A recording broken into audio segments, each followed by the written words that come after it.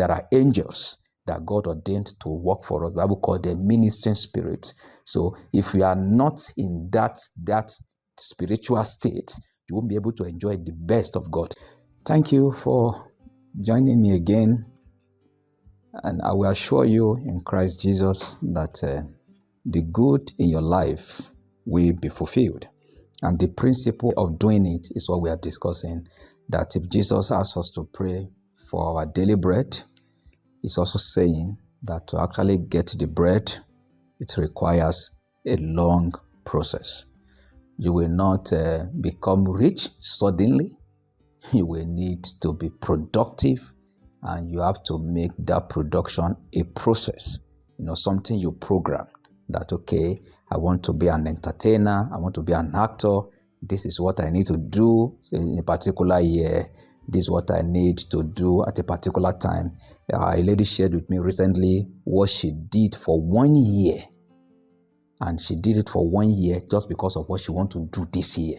Can you imagine? When she was here, I was just looking at her and said, wow. I said, sir, this thing took me a whole year. And that's a principle of the daily bread. The daily bread talks about daily improvement, not get rich quick syndrome. Not that you become a professional overnight. Even if you become a professional and you are at the peak of your career or business, you will need to still stand very well to be able to put out what God designed for you. That's why Jesus recommended that you should pray daily. Then let's just quickly share some principles of prayer, why you need to pray. Number one, you are not the only one living on this earth. There are people that will not reason the way you reason. And because business or money, people really want this thing, they can do a lot, to actually take what you want to do away from you. So when you pray, number one, when you pray, prayer makes you to walk in the presence of God. Do you get it? Prayer creates a spiritual covering for you. That's why prayer is not a religious thing. Prayer activates the Spirit of God. Do you get it? His Spirit is on earth here. Do you get it? For instance, there are angels that God ordained to work for us. The Bible called them ministering spirits. So if we are not in that spiritual state, you won't be able to enjoy the best of God. And the reason you need to pray is that God doesn't want you to complain about anybody. I don't like people complaining. And when there is any issue, when you have any issue, what God expects is that you pray about it. For instance, if something happened in your office yesterday, or something happened in your business, the market where you operate in, and you are returning there today, what you need to do is to pray. When you complain, you empower your competitors. When you complain, you empower the economy. And God is now saying that if I ask you to pray for daily bread, then it means the economy of the world is at your disposal. Do you understand that? He said, pray for your daily bread. Nobody will give you the bread. I used to tell people, nobody owes you any job in this world. You are the one that is owing the word, the thing inside of you. So say, the government didn't give me a job. No. What is the one job you want to do for the society? And that is why if it is prayer, it is personal. And prayer brings you to God's presence. When you pray, you activate God's presence for your life. Do you understand that? So that the things, those heavy dreams you want to fulfill. You look at your dreams, I want to do this. Let me tell you, especially if you live in Africa, some of these things you are planning you want to do. One policy, one nonsense policy anywhere will just take away those things from you. So, and you can also pray and for things to actually work well for you. So when you pray, you carry God's presence for the fulfillment of your business or career. It's as simple as that. Say, pray daily.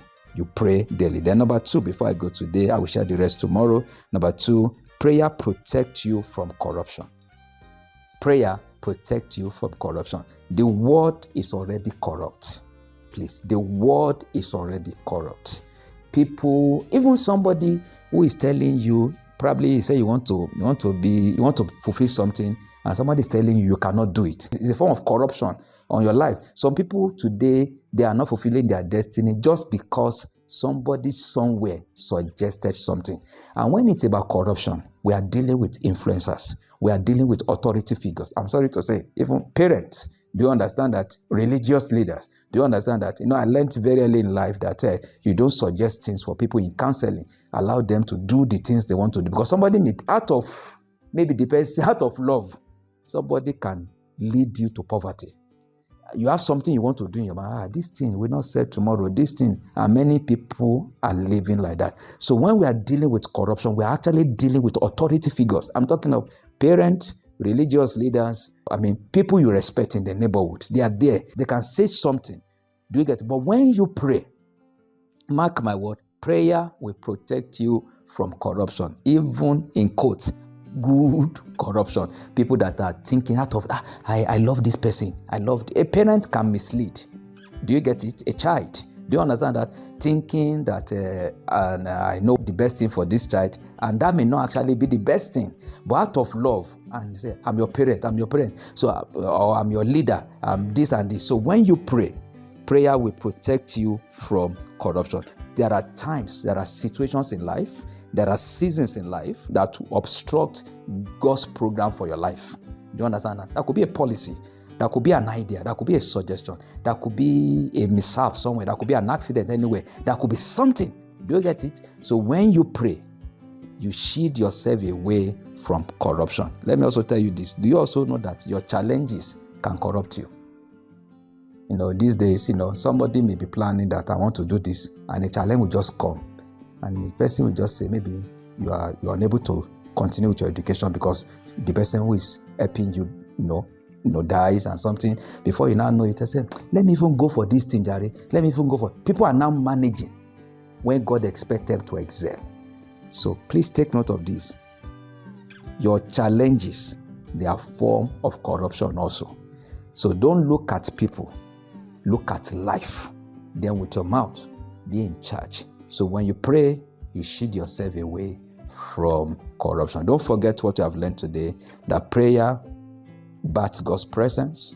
You have God's ability following you to do what He called you to do on earth. And let me tell you, the things that God called you to do, they are very difficult. So that's why the things you are doing, just wondering, how is He doing it? You are using the power of God. Then number 2, prayer will protect you from corruption. The Bible says, be not deceived. Evil communication corrupt good manners. So communication is fueled majorly by corruption. And you are not the only one living on this earth. So one way or the other, somebody or a situation will come around you to take you away from what God ordained for you to do. So daily pray.